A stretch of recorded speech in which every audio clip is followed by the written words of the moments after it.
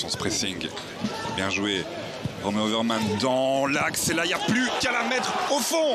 Ouverture du score du Club Next avec ce ballon de Len de Smet. Facilement placé. Et là, il y a une petite négligence défensive côté Genk. C'était Manguel qui reste d'ailleurs au sol du Club Next. Mais assez bien contre le cours du jeu. On revoit ce ballon subtilement glissé. Mais oui, mais l'organisation défensive de Genk laissait à désirer avec cette paire de balles. Vermand qui à nouveau se bat très bien. Le ballon est glissé parfaitement. Et attention de rester attentif jusqu'à la fin de cette période. Avec le Club Next sur le côté droit. Salah qui est appuyé par De Rouwer qui centre. C'est sur la pied de qui, mesdames et messieurs? Ben oui, de Romeo Overman qui va aller doubler le score. 0-2 pour le Club Next. Et juste avant la fin de cette première période, ça va vraiment mettre un coup au moral des jeunes joueurs de Genk. Mais ça vient récompenser à nouveau un début de match. Beaucoup d'espace qui est laissé quand on joue avec un bloc serré sur les ailes. Salah qui prend appui sur définitivement l'homme de cette première période côté Club Next. Denzel de Rouve et qui offre un excellent centre. Pour Romeo Overman, 3e but de la saison pour Romeo Overman. Une passe décisive. Et dans ces 5 buts, il y a un quadruplé en Coupe nationale. Donc c'est un profil intéressant. Et il y a déjà une bonne récupération, là, 2 semaines qui lance dans la profondeur. Granados et Penders qui est un peu trop avancé. Et voilà, le dernier clou du cercueil limbourgeois est asséné par Alejandro Granados qui ouvre d'ailleurs son compteur but et qui aura attendu la petite erreur technique, l'opportunité, encore un bon ballon entre les lignes. Penders est mal placé malheureusement pour lui, bien trop haut. Le capitaine de Limbourgeois et Granados, il a bien senti le but, il le place. Du terrain, Guillaume Vossen face à ses supporters, face à Lucas Margueron. Il en a marqué des buts, sur pénalty et c'est parti peut-être pour son 3e but de la saison. C'est parfait, le contre-pied, Guillaume Vossen qui vient inscrire le 1er but de la soirée ici au Perret pour l'équipe visiteuse. Grégory Proman se dit que c'est une bien mauvaise manière de commencer cette 2e mi-temps sur pénalty. Donc 11 contre 11. Voilà qui va changer juste. Beaucoup plus impliqué dans cette 2e mi-temps. Zino Gano pour aller lancer Traoré, le centre de Traoré pour Vormer qui a tout le temps d'ajuster sa frappe pour le 2e but. Ruud Vormer. Alors là, ça va lui faire du bien. Ce but-là à Ruud Vormer, il avait déjà délivré un assist. C'est son 1er but en Challenger Pro League. Ruud Vormer. Et bien joué de Traoré, très bien joué de ne pas aller chercher Yelevossen, mais Ruud Vormer pour cette frappe. Et là, Margueron est peut-être un poil mal placé, pas vraiment au milieu du but. Regardez, c'est un tir qui est assez axial, finalement, très puissant. Le centre maintenant à suivre, du gauche, il y a du monde, c'est peut-être pas terminé au niveau du scoring. Nicolas Romans maintenant, qui va remettre vers Sirani, c'est bien vu, en un temps, Sirani pour Gano, voilà, c'est dedans. 0-3 et on le sentait venir, il y avait de la présence. Et il y avait un petit peu de laisser-aller dans la défense sérésienne. Zino Gano, son 2e but en 2 matchs. Des noms reluisants, ronflants pourrait-on dire. Gano, 2 buts en 2 matchs. Vossen, 3 buts en 3 matchs. Oh attention, la cashback, cette remise vers Ruud Vormer. De Munk. Le centre de Munk à suivre et ça va être le 4e. Le doublé de Zino Gano. Oh que le score est lourd. Et Zino Gano qui se fait plaisir. 3 buts en 2 matchs. On est en train de se dire qu'il ferait bien de rester vert pour Serein. Et le doublé de l'attaquant du SEV. 12 buts la saison. Qui a fait du travail. Aujourd'hui, il a réussi à ne pas se laisser passer justement sur son flanc gauche. De Munk, elle est pas mal cette passe. Regardez, c'est le triplé. C'est la même chose qu'il y a quelques minutes.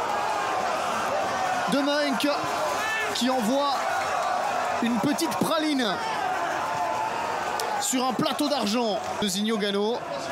4 buts, il devient par la même occasion le meilleur buteur de Challenger Pro League devant.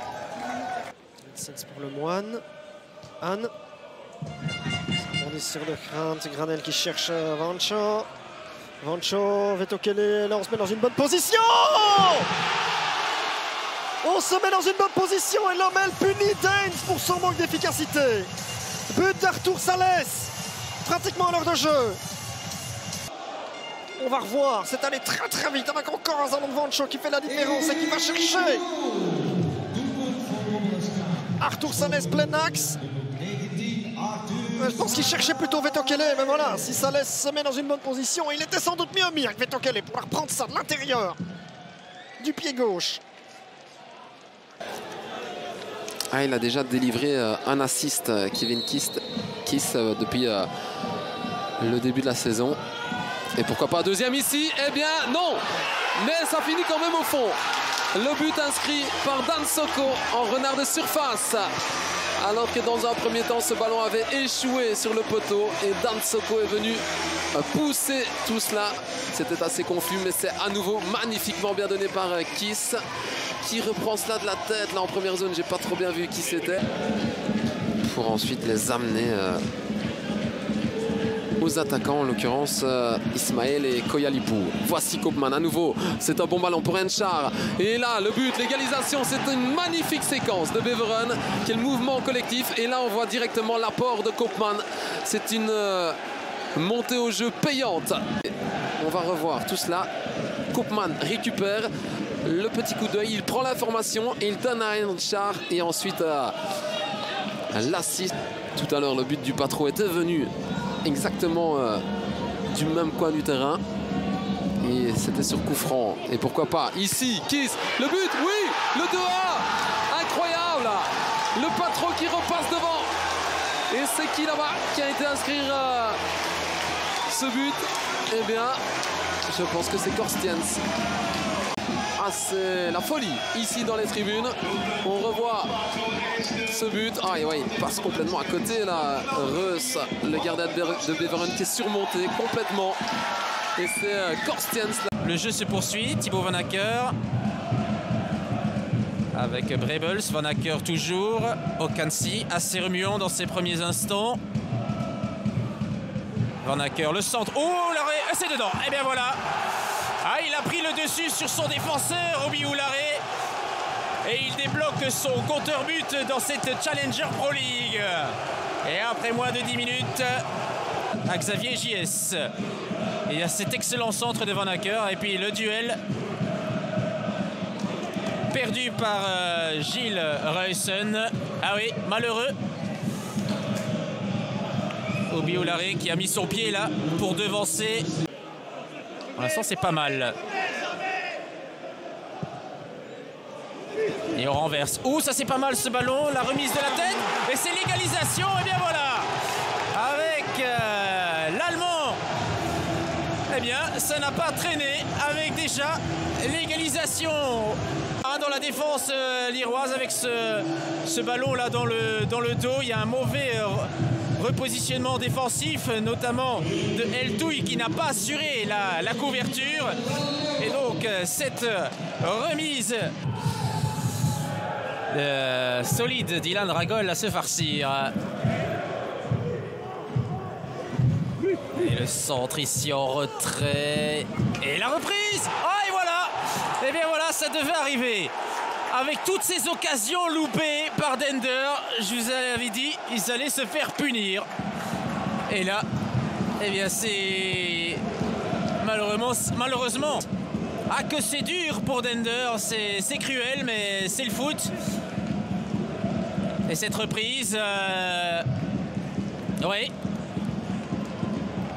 assez puissante, pas inarrêtable, mais qui arrive quand même très vite hein, pour Xavier JS. Match frustrant également pour le portier de Dender, qui ne peut pas faire grand-chose sur les 2 buts encaissés par son équipe.